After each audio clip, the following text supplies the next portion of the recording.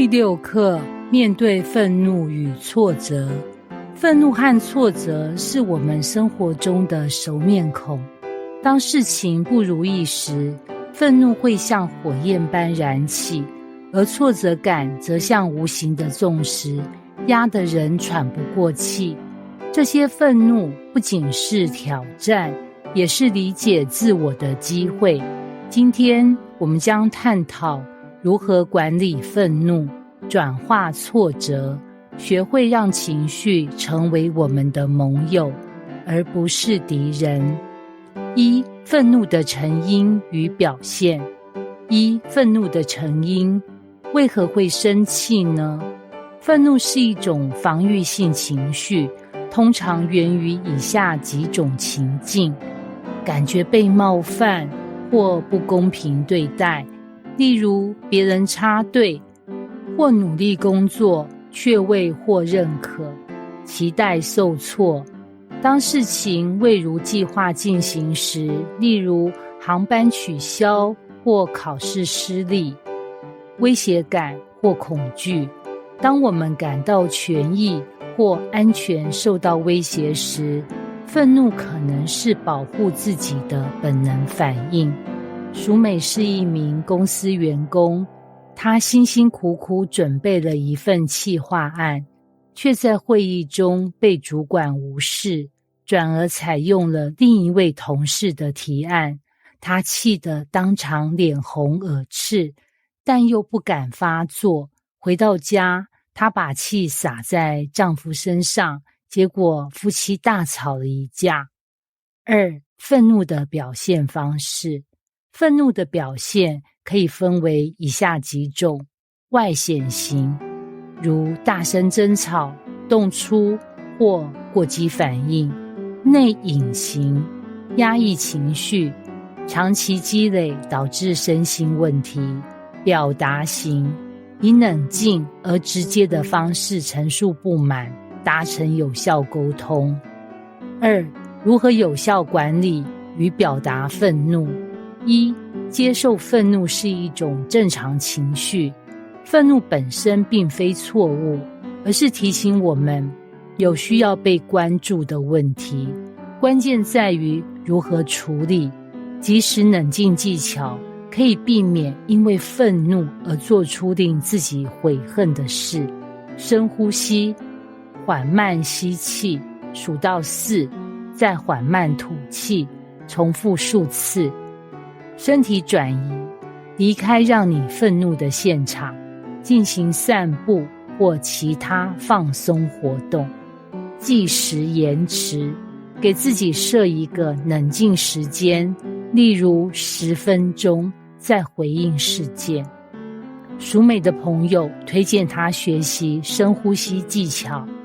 在下一次会议中，当她感觉自己的提案可能被忽略时，他决定用深呼吸稳定情绪，然后提出建设性建议。结果，主管注意到他的专业态度，开始更多地重视他的意见。2、学会健康表达愤怒。3步骤法则。1、描述事实，陈述让你生气的事件，而非直接攻击他人。例如，当我的提案没有被考虑时，我感到失望。2、表达感受，说出自己的情绪，让对方理解你的感受。例如，我觉得我的努力没有被看见，这让我很难过。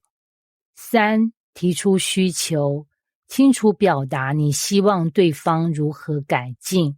例如，希望下次能更详细地讨论每个提案的可行性。3、转化挫折感，学习复原力。1、挫折感的来源与影响。挫折感常来自未达到期望，让人感到无助或失落。如果长期无法处理，可能导致自信下降或逃避行为。但挫折也可以是一个成长的契机，帮助我们重新审视目标和策略。永强是一位年轻的创业家，他在创业初期雄心勃勃，却连续2次资金申请被拒，产品也未能在市场上掀起波澜。他开始怀疑自己的能力，甚至考虑放弃。有一天，他在一场创业论坛上认识了一位成功的企业家，对方告诉他，每次挫折都是在帮你筛掉不够有效的策略，你要做的是调整方向，而不是停下来。永强重新审视自己的计划，做出改进，第3次终于拿到资金支持，产品也逐渐被市场接受。